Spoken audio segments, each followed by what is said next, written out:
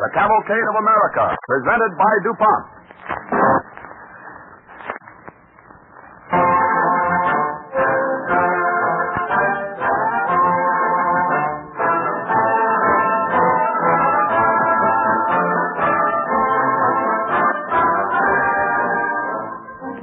Wednesday comes again, and once more the Cavalcade of America, presented by DuPont, welcomes millions of listeners.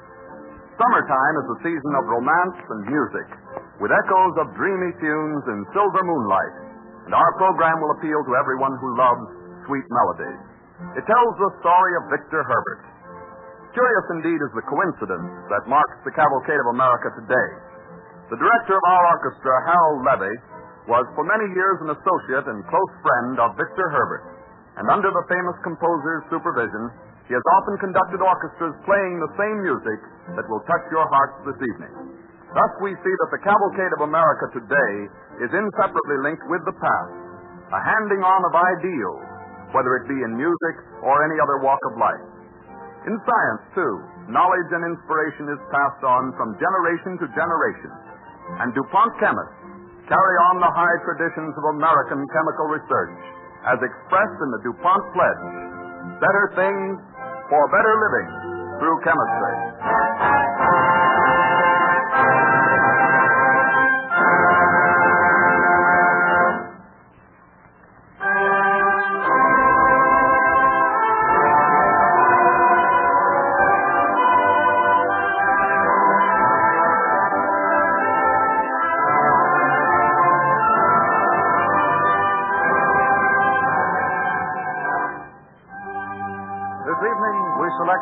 Cavalcade of America, the man who can truly be called the master of American operetta.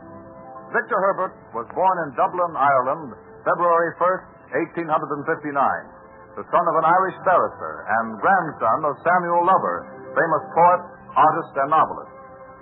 Shortly after the boy's birth, his father died, and his mother moved to her father's home at Sevenoaks, the suburb of London, England. Here we find young Victor in his 8th year.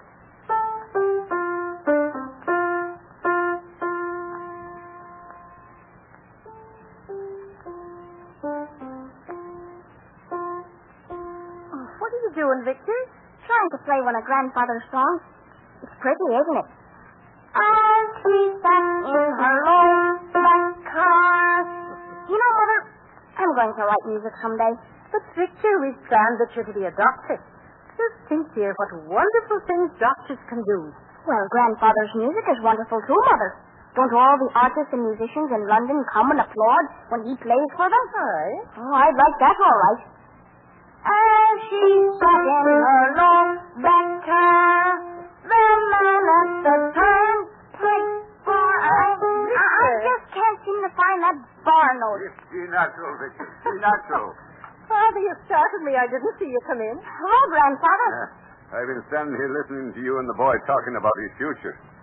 So, you want to be a musician, Victor? Yes, Grandfather. Just like you. Please sit down now and show me how to play the low back car. All right. You want to be just like me, eh? Why, I'm just a jack of all trades, lad. I paint a little, write a little, and compose a little. You must concentrate on music to succeed. This song will never be remembered like the works of the great masters. But everybody here whistles it, Grandfather. You told me that even in America they asked you to sing it. Aye, America. Yes, it's a great country, my boy. And they treated me royally there. Perhaps someday you'll go to America, Victor. Remember, Fanny, what that old gypsy fortune teller prophesied at the boy's birth? That he'd become his country's greatest composer? And do you mind what fortune tellers and gypsies say? Sometimes they see things that we can't. If you want to be a real musician, Victor, you must work. You must study. Music is not an easy master.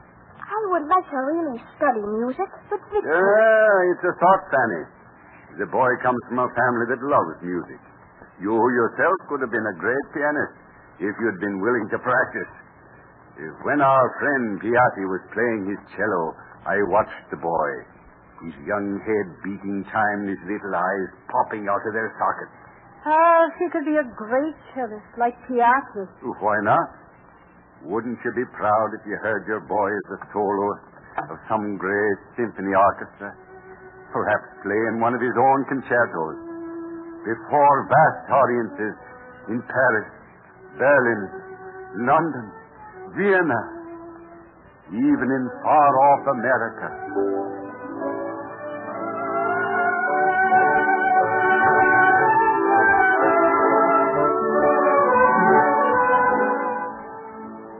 At the insistence of his famous grandfather, young Victor Herbert received a musical education in Germany. His quick mastery of the cello made him the delight of the great cellist Bernhard Kaufmann, whose sole pupil he was for several years. Before he was 25, young Victor had been first cellist and soloist in many of the concert orchestras of Europe, playing under the direction of such master musicians as Brahms, Liszt, Saint-Saëns, and Delisle. At 27, we find him in the orchestra of the Court Opera in Vienna. One of his duties is to accompany the singers when they practice. In her apartment, the young and beautiful prima donna of the opera company, Fräulein Therese Förster, has just finished rehearsing a Wagnerian solo. Have I practiced long enough to suit you today, Victor? Yes, Teresa. I think that will be enough. Nothing but the best satisfies you, does it? Nothing but the best, Liebchen. That is why I hope someday you will marry me. Oh, I have told you, Victor, dear, that I would marry you any time you say. I would be proud to tell all of Germany that I am engaged to that handsome young cellist, at whom all the ladies make sheep bows. Oh. You haven't even let me announce our engagement. Later, Teresa. As yet, I am only a poor cellist. And you are one of the great singers at the Court Opera. Poor cellist, indeed. You know you're a great soloist and a fine composer. You've often told me how Max Seifert said you learned as much about composition in 3 months as other pupils took 6 years to master. Oh, you're really a great man, Victor. Someday, dear. Someday I'll write an opera that will make you proud. Come in? Ja, Frank Dammers, Fräulein. I was expecting him. Ask him to come in, please. Ja, Fräulein. Herr Damrosch? Is he not from America? Yes, Victor. From the Metropolitan Opera House in New York. They have asked me to become a member of the company. You go to America? They want me to go, Victor. But I think I will stay here, in Vienna. But Teresa, you... Ja, Dammers. Fräulein Förster. Herr Damrosch, I'm glad to see you. This is Herr Victor Herbert, first cellist of the opera company. He often comes to court me. Herr Herbert, I have heard you and admired your play. Thank you, sir. Well, Fräulein Förster, have you decided? Yes, mein Herr. I have decided. Good. You go to America. No, Herr Damrosch. I think not. But, Fräulein Förster, do you realize what a magnificent opportunity this is? The first German opera season at the Metropolitan Opera House in New York. And the salary, much more than you would ever receive here. Now, many young prima donnas would refuse an offer like this. You see, I am not thinking of fame and fortune. I am thinking of leaving my fiancé. But Teresa, this means much to you. I have heard of this opera season Herr Damrosch speaks of. You would have a chance to work with his father, the great Leopold Damrosch. And you would work with Richard Wagner's friend Anton Seidel. You are familiar with the plans, I see, Herr Herbert. Can't you persuade Fräulein Förster? I would go only on one condition. That you engage my future husband, too. But who is he, Fräulein? Some singer? Some... Oh, I thought you knew. I am engaged to be married to Herr Herbert. Oh, that is different. We shall find a place for Herr Herbert, too. My father would be glad to have such a fine first cellist in his orchestra. I shall make all arrangements. And may I congratulate you both. My felicitations. Thank you. What are you thinking of, Victor? America. My grandfather told me so much about it. I wonder if they'll like me there.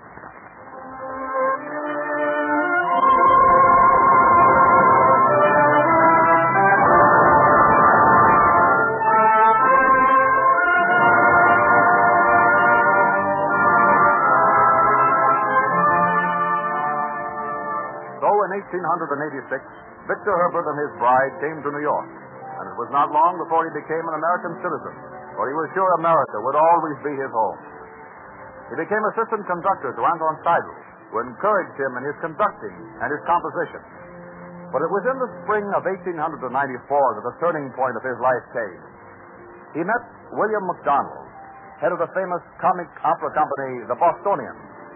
Their friendship grew, and one day in New York, McDonald is talking with Herbert. I don't know how to broach the subject to you, Victor. You know, we've been playing Robin Hood some time now.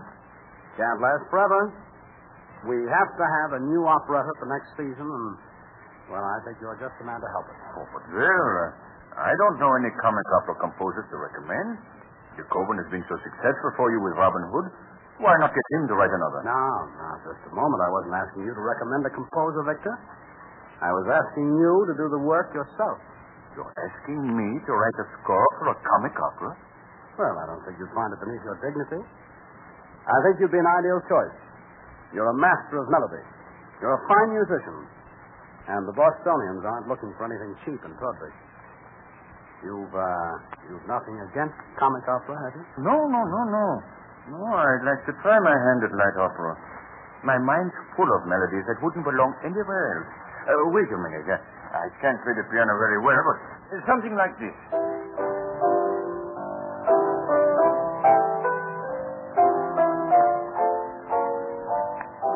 Melody, filled with a sort of love and romance.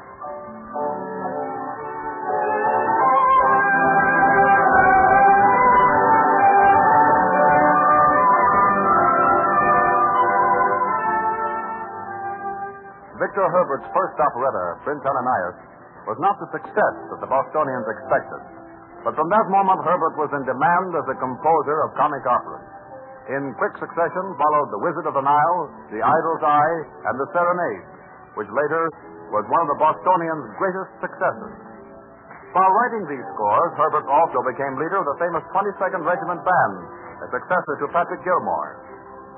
Possibly his most popular song of this period was in The Fortune Teller, an operetta written for the lovely soprano Alice Nielsen. Herbert's success enabled him to send for his mother, and we find him seated beside her in the theater as Eugene Coles, the vassal of the Fortune Teller Company, is singing Slumber On, My Little Gypsy Sweetheart. Well, Mother, are you sorry you let me take up music, Oh, Victor, if you only knew how proud I am of you, and how proud your grandfather would be. Listen. Doesn't that song about the little gypsy sweetheart make you think of the old gypsy prophecy when you were born? That someday you'd be the greatest musician of your country. But America is my country now, Mother. Well, maybe the old gypsy meant America all the time.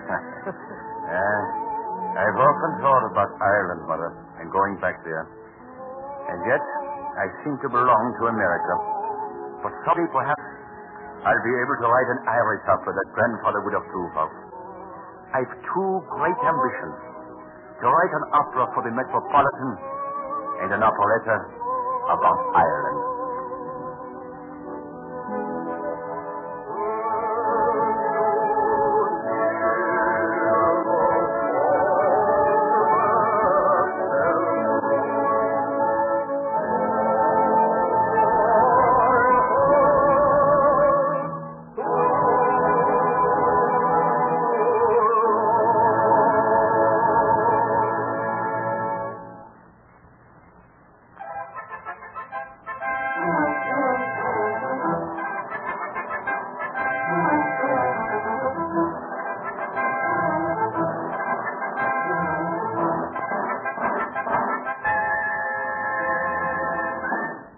In 1898, Victor Herbert was appointed conductor of the Pittsburgh Symphony Orchestra, and immediately there was a protest from one of the prominent musical magazines of New York. Herbert was even accused of plagiarism in his writing. His musical honesty attacked, Herbert sued the magazine and its editor for libel, and with his many musical friends appearing as witnesses, he won the verdict. By this time, he was a fixture in his profession. Such operettas followed as The Singing Girl, The Amir, The Viceroy, The Best, and The Babes in Toyland, remembered always for its famous March of the Toys.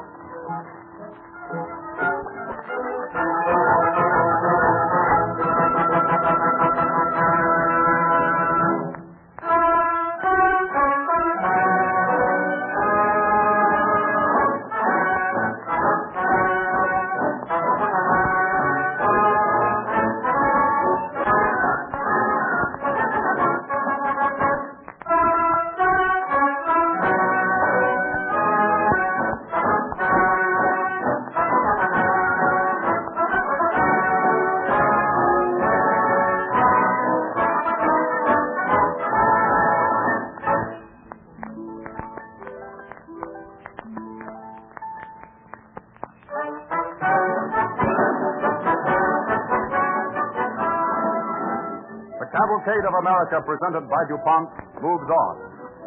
It is the year 1905. Victor Herbert has written an operetta for Fritz's chef, Mademoiselle Modiste. On the stage at rehearsal are gathered Charles B. Dillingham, the producer, Henry Blossom, the librettist, and Herbert himself. They are discussing one of Miss Chef's solos. Charming, of course, Victor, but I don't think it's one of your best. What do you think, Henry? Well, I think we're making too much fuss about the music of this song, C.B. It's supposed to tell a story, you know. Yes, I know that. The heroine is explaining what she'd like to do on the stage. First, she'd play a simple, light-hearted Joe, then a prima donna, then a romantic part. You haven't objected to the gavotte in the first part, or the polonaise in the second part, and yet you don't like the waltz. Is it important enough? Well, I think we can make it do, C.B. The words I've written are just banal enough to put up the idea. Sweet summer breeze, whispering trees. That tune came to me so spontaneously. I woke up in the middle of the night and wrote it down. I think the public will like it. Listen to it again.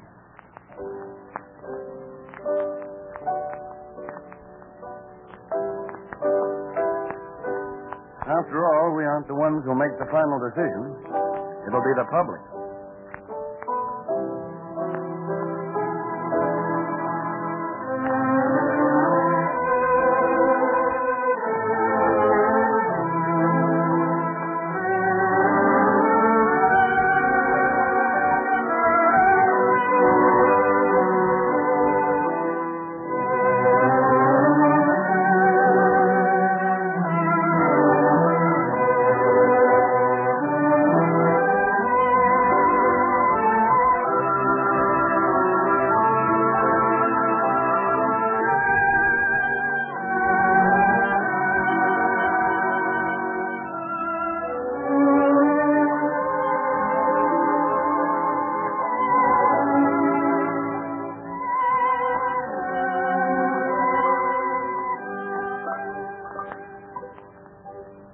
And the public did decide.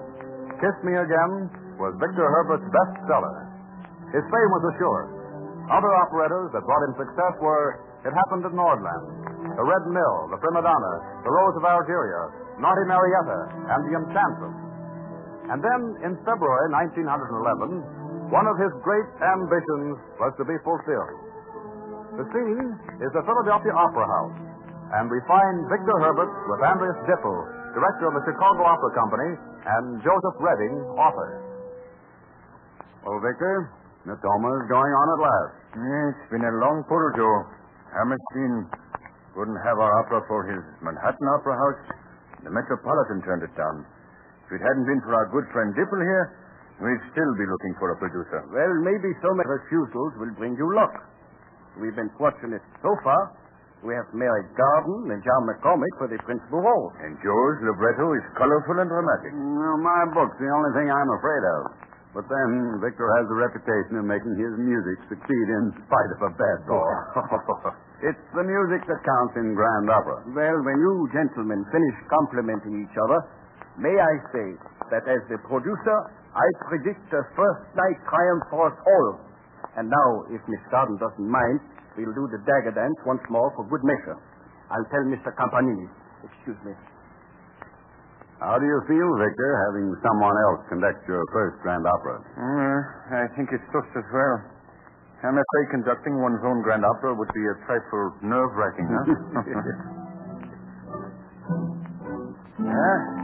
There's no better conductor than Campanini.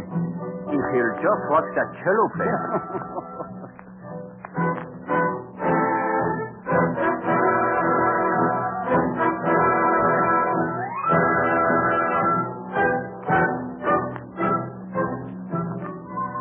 Roma was a success at its opening, and Dippel soon brought it to the Metropolitan Opera House in New York, thus fulfilling one of Herbert's greatest ambitions.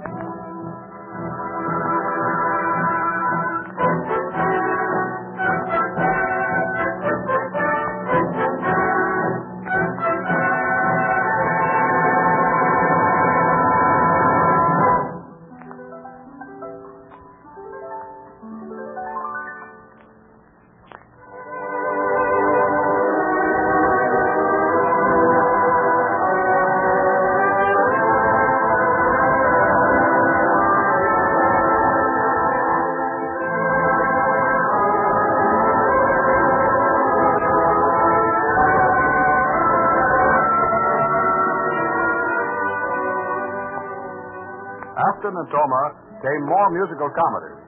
The Lady of the Slipper, The Madcap Duchess, Sweetheart, Angel Face, Princess Pat, and The Only Girl. It is February 1st, 1917. Herbert is in his New York home, talking with Mrs. Herbert, when outside in the street, they hear the sound of music.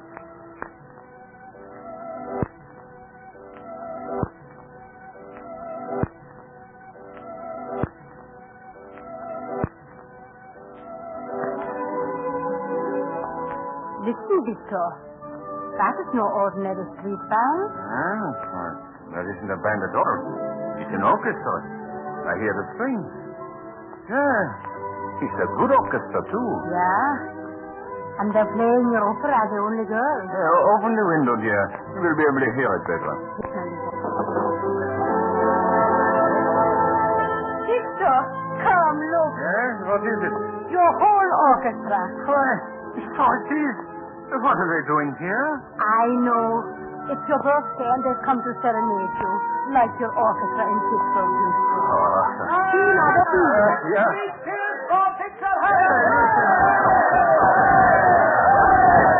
Come in, boys. Don't stand out here in the cold. Come in. Someone open the door for them. Get some refreshment. Someone will open the door for you in a minute, boys. That's what I call a wonderful surprise. It means they love you, Victor. Good boys, all of them. I'm pretty severe with them, but they know I'm fond of them. I hope they can all get inside. We'll get them all in. Just see that they have plenty of refreshment. I will. Just listen to that chatter. Nobody of men in the whole world can talk as much or as loud as an orchestra. I'll go downstairs and join them. Here he is, here he is. Happy birthday to the maestro. Happy return of the day. Gentlemen, you know I write music better than I speak. This is a beautiful thought of yours. I am 58 today. Yes. That's what the calendar says. Don't believe it. And in all my life, I've never had a more touching tribute. And I want to tell you, boys, I appreciate it. I am an American, and I hope a good one. But I think there's enough Irish left in me not to be ashamed of the tears I can't keep out of my eyes.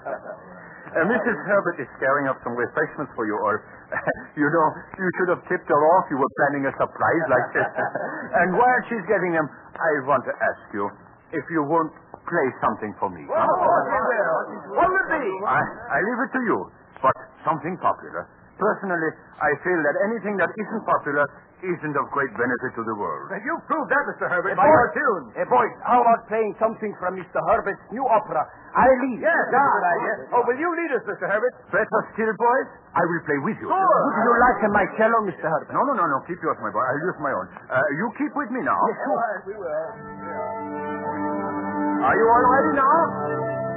All right, let's go.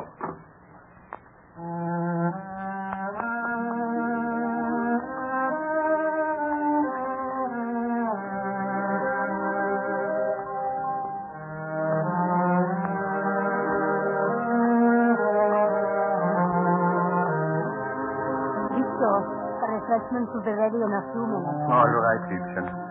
We'll be busy with the music for a time. Just think.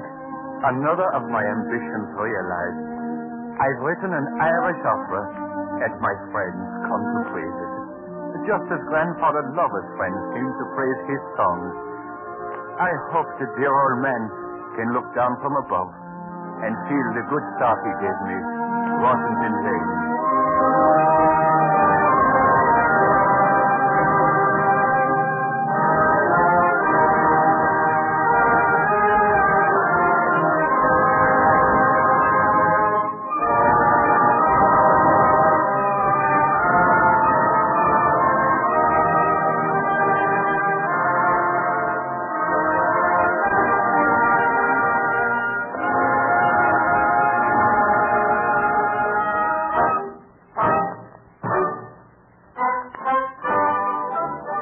Herbert, it has been said, he never wrote a vulgar note.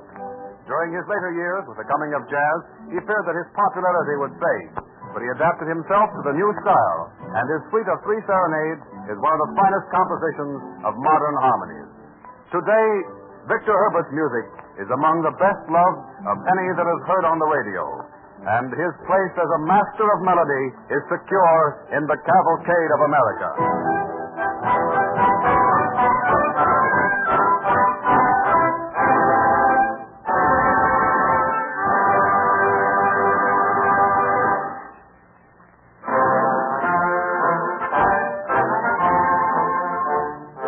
DuPont hopes that you have enjoyed the story and the music of Victor Herbert as much as we have enjoyed presenting them. The other day, a listener wrote to DuPont and said, "I used to think that chemistry had to do only with manufacturing, but after hearing your radio program, I now understand how it has helped me in my own home." Well, here's another example. The story of some remarkable new products of chemical research that probably will revolutionize laundering, dishwashing, and similar household work. They are cleaning agents of a soap-like character called detergents. Soap is a detergent, but these new products are often referred to as soapless soap. They produce a beautiful lather, but they do not contain any of the fats used in ordinary soap. The chemical composition is entirely different. In hard water, ordinary soap makes a sort of scum. That's what causes the ring around the bathtub, which, as nearly everyone knows, is no fun to scrub off. But these new soapless soaps work in the hardest water, even in seawater. Anyone who has ever had to wash dishes knows that glasses ordinarily are washed first. In spite of that precaution, however, the glasses, when they come out of the water, are usually covered with a dingy film that has to be rubbed off with a dish towel. This film is mostly lime and comes from the hard water. But when these new detergents are used for dishwashing, this dull film is removed completely. Glasses may even be washed last and still come out sparkly. They don't need a bit of polishing when washed in the new soapless soap. These detergents are also important to many industries, such as textile mills, leather goods factories, paper mills, and metal plants, where cleaning has to be done in preparing products for the market. DuPont supplies them only to industries, but another manufacturer is packaging these new detergents in household form. One called Dreft, D-R-E-F-T, is recommended particularly for cleansing silks, woolens, and fine fabrics because it cleanses thoroughly, yet is mild and harmless to all washable colors. Another, called Drene, D-R-E-N-E, is in liquid form and is made especially to give billowy suds as a shampoo. This product will appeal to women who have had to cope with sticky, hard water in washing their hair. Drene solves that problem completely, leaves the hair soft and with a beautiful luster. These new detergents, which have only recently been put on the market, are one more illustration of the DuPont phrase, better things for better living through chemistry.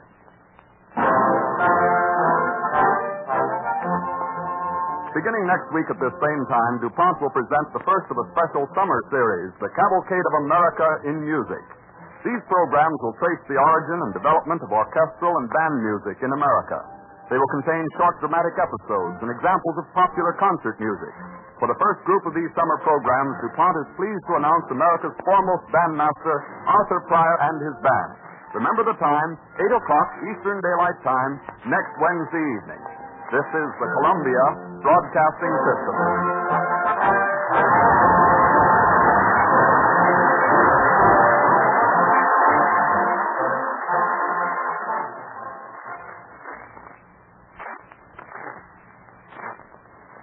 WABC, New York.